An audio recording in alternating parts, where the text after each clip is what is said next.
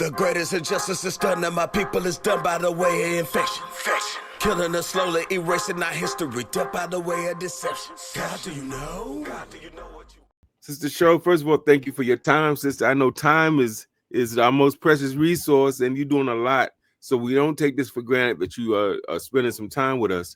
First of all, Brother Ajay, thanks for having me back. It really means a lot. We've been friends for a long time, for almost 40 years. That's right. Almost 40. We went to college together at Syracuse University. I always want to set that table so people know we're not strangers talking to each other. We go way back. We dreamed together about where we are right now, what you're doing. I'm so proud of you continuing to speak truth to power.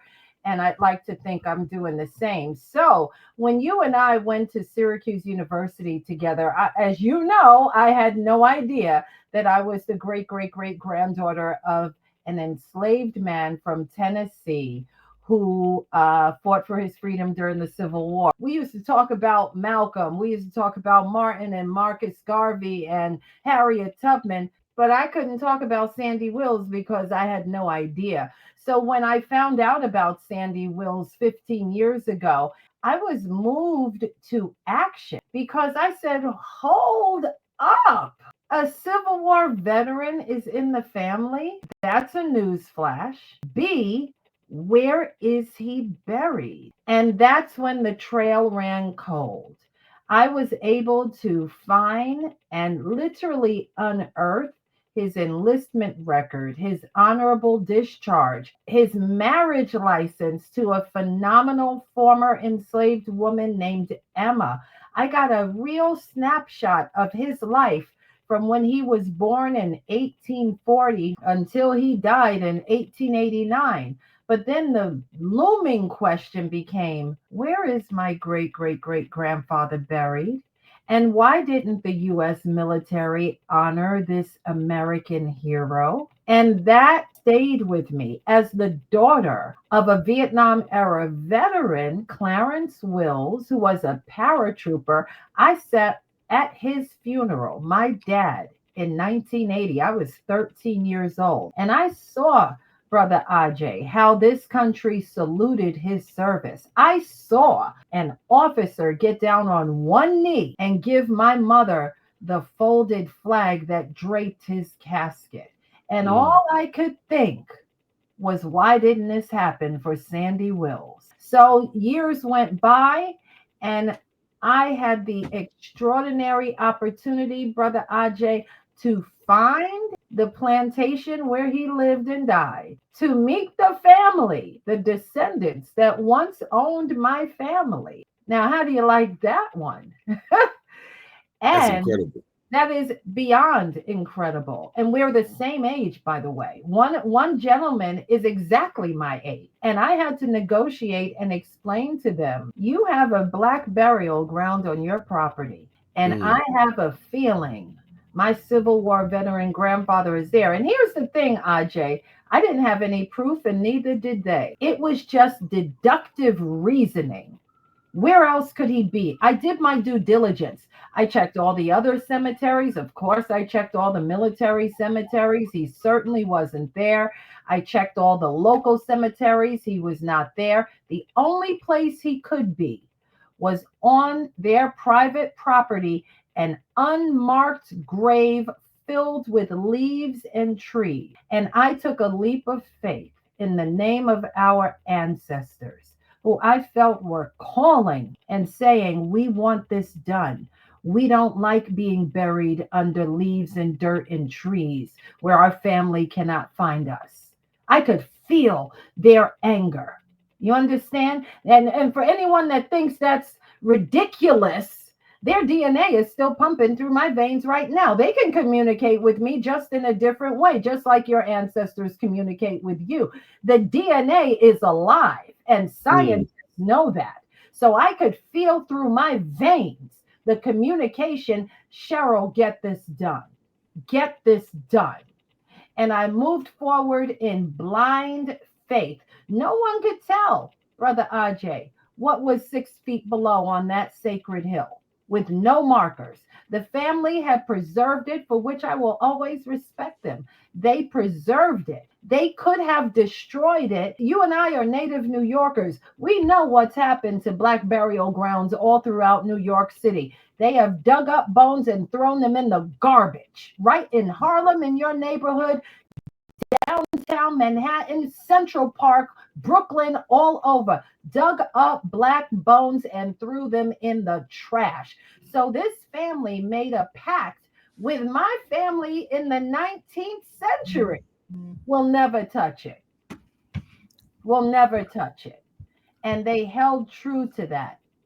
That's remarkable. Isn't that something? I'm curious to know, how did that personally impact you, maybe your mom? Like, that had to be riveting. I hired an archaeology team, and Dr. Jared Burke of Ohio Valley Archaeology, for anyone that wants to look them up.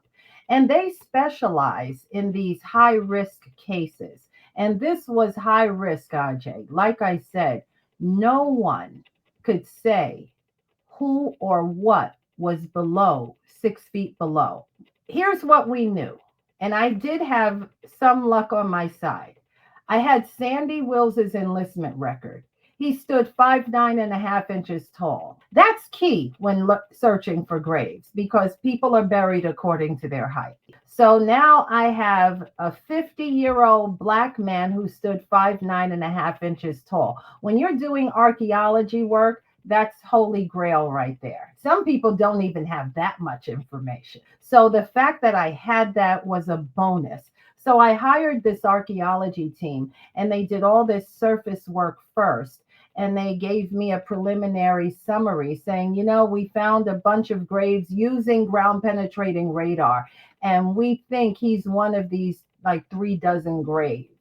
And I'm like, wow, 3 dozen. But of 3, while I was excited about that, I was like, which of the 3 dozen could he be? You know, okay, we now have something to work with, but what now? And so they did more scientific work, but we had to pause for the pandemic. We had to pause to go before a judge. We had to do a whole bunch of research and legal stuff to get the permission of the court to dig into a cemetery. You can't just walk up and put shovels in the ground. That is illegal in every state.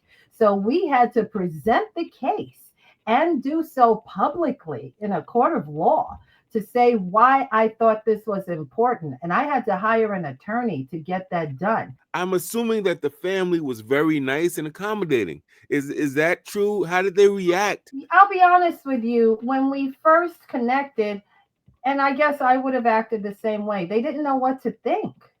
It's like it never crossed their mind. I think I can safely speak for them in this respect.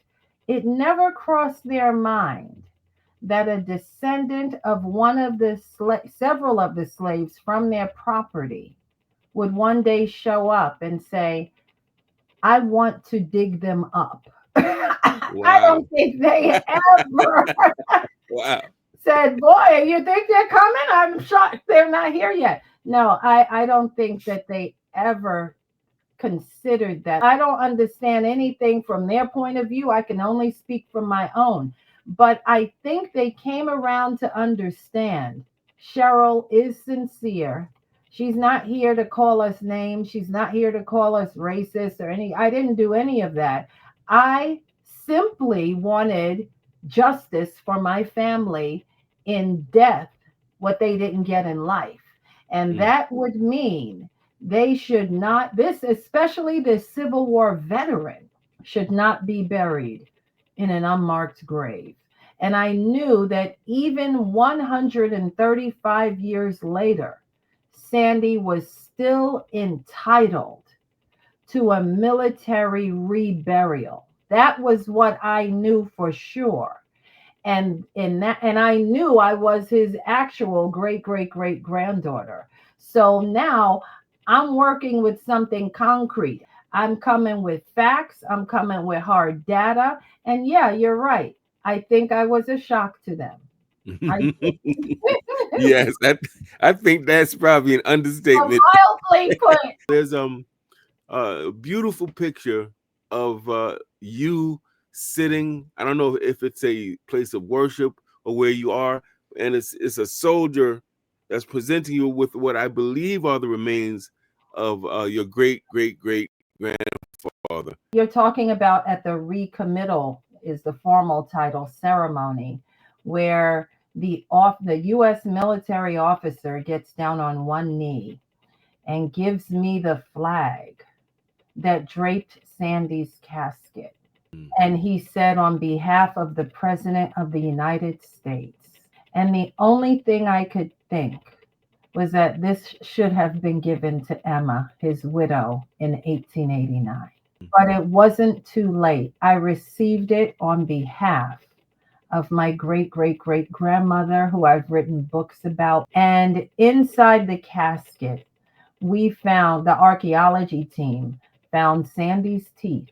They found a piece of his skull that was melting into the dirt. We caught him just before he fully returned to the dust.